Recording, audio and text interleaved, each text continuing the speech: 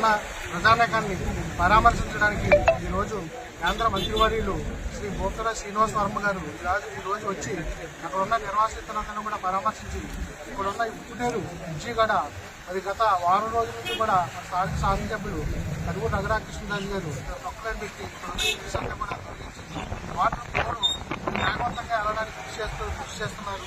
దాన్ని ఈరోజు మన కేంద్ర మంత్రివర్గ శ్రీనివాస్ వర్మ గారు వచ్చి ఈ యొక్క ఉప్పుటేరు బ్రిడ్జి గారు వచ్చి అభివృద్ధిని పరిశీలించారు. అలాగే ఇక్కడున్న పొలాలను కూడా మునిగిపోయిన వ్యవసాయ భూములన్నీ కూడా ఆయన పర్యవేక్షిస్తున్నారు.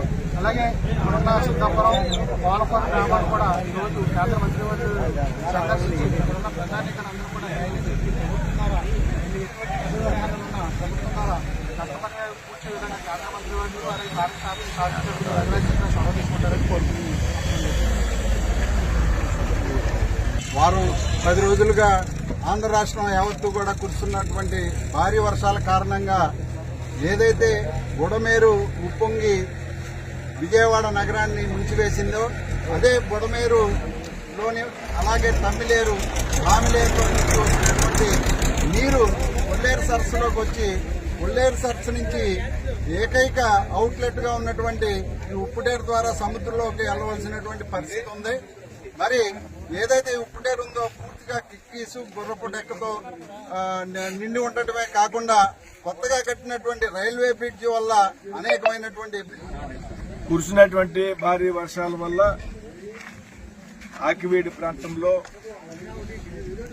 కొన్ని ప్రాంతాల్లో పంట భూములు మునిగిపోవడం, కొన్ని ప్రాంతాల్లో ఇళ్లు మునిగిపోవడం జరిగింది. గృహాలు మునిగిపోయినటువంటి లోతట్టు ఏదైతే సెంచు కాలనీ ప్రాంతం ఉందో వారందరినీ కూడా తీసుకువచ్చి పునరావాస కార్యక్రమాలు ఏర్పాటు చేయడం జరిగింది. చక్కగా ప్రభుత్వం ఆధ్వర్యంలో ఏదైతే కూటమిలో ఉన్నటువంటి 3 పార్టీల ఆధ్వర్యంలో చక్కటి వసతులు ఏర్పాటు చేశాం. అది ఇప్పుడే నేను దాన్ని సందర్శించడం జరిగింది. అక్కడ ఉన్నటువంటి ఎవరైతే నిర్వాసితులు ఉన్నారో పునరావాస కేంద్రంలో ఉన్నటువంటి వారందరూ కూడా ప్రభుత్వము ఇక్కడ ఉన్నటువంటి స్థానిక 3 పార్టీల కార్యకర్తలు ఇతర స్వచ్ఛంద సంఘాలు ఎన్జిఓలు చాలా చక్కటి ఏర్పాట్లు మాకు చేశారనేటువంటి ఒక సంతృప్తిని వారందరూ కూడా వ్యక్తం చేయడం జరిగింది. కాకపోతే ఏదైతే ఇక్కడ ఉన్నటువంటి సమస్య మెయిన్ కిక్కిసి కానీ దాని మీద ప్రతి సంవత్సరం తీసేటువంటి కార్యక్రమం లేదు. గత 5 ఏళ్ళు పూర్తిగా నిర్లక్ష్యం. ఇవాళ ఏదైతే వర్షాలు వచ్చిన వెంటనే ఏదైతే గుర్రపు డెక్కని పెద్ద ఎత్తున తొలగించడం కారణంగా కలెక్టర్ గారు చొరవ తీసుకోవడం, స్థానిక శాసనసభ్యులు రామకృష్ణరాజు గారు చొరవ తీసుకోవడం, అదేవిధంగా రైల్వే వారు కూడా ఏదైతే కొంత చొరవ తీసుకుని వారు కూడా ఈ సహాయ కార్యక్రమాలకి స్పందించడం జరిగింది. ఏదైతే కొత్తగా నిర్మించినటువంటి రైలు వంతెన ఉన్నదో ఇటువంటి నీరు ప్రవహించినటువంటి ఎక్కువగా వచ్చినటువంటి సందర్భంలో మరి అక్కడ ఏదైతే కాలమ్స్ ఉన్నాయో వాటి సైజు హెవీగా ఉండడం వల్ల, అదేవిధంగా కాలం సంఖ్య కూడా ఎక్కువగా ఉండడం వల్ల అటు నుంచి వచ్చేటువంటి ఫ్లో ఏదైతే ఉందో దానికి కొంచెం అడ్డంకిగా ఉండి నీరు త్వరితగతిన ప్రవహించేటువంటి పరిస్థితి కొంత ఆలస్యం అవుతూ ఉంది.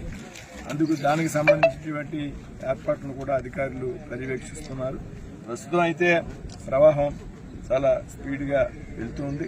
రాబోయేటువంటి 1-2 రోజుల్లో దీనంతా కూడా రిలాక్స్ అవుతుందనేటువంటి ఆశ అయితే మాకైతే ఉన్నది.